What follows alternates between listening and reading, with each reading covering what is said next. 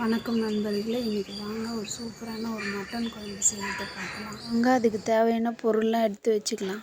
இதுக்கு ஒரு 4 வெங்காயம், 4 தக்காளி, 2 ஸ்பூன் மிளகு, 2 ஸ்பூன் தனியா, 1 ஸ்பூன் கசகசா, 2 பச்சை மிளகாய் எடுத்து வச்சுக்கலாம்.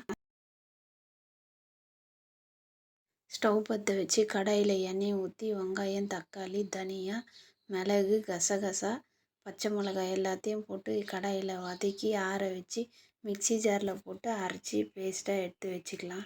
இன்னொரு ஸ்டவ்வில் குக்கரை போட்டு அதில் பிரிஞ்சி இலை, பட்டை, லவங்கம், ஏலக்காய், அன்னாச்சி பூ, கொஞ்சோண்டு கஸ்தூரி மெட்டி எல்லாத்தையும் போட்டு கொஞ்சம் வெங்காயம் எடுத்து வச்சுருந்தா அதையும் கொட்டி நல்லா வதக்கிட்டு, அது கூட இஞ்சி பூண்டு பேஸ்ட்டையும் போட்டு நல்லா வதக்கிட்டு, கொஞ்சம் தக்காளி வச்சுருந்தா அதையும் போட்டு நல்லா வதக்கிட்டு, கொஞ்சோண்டு மஞ்சத்தூள், 2 ஸ்பூன் கார மிளகாத்தூள், கறியும் எடுத்து அதில் போட்டு நல்லா கொட்டி வதக்கிட்டு அரைச்சி வச்ச பேஸ்ட்டையும் கொட்டி நல்லா வதக்கலாம். மிளகாத்தூளை கம்மி பண்ணிவிட்டு மிளகு அதிகமாக போட்டு இந்த மாதிரி ஒரு மட்டன் குழம்பு வச்சு பாருங்கள். சளி பிடிச்சிருந்தா கூட சளி எல்லாம் சூப்பராக சரியாயிடும்.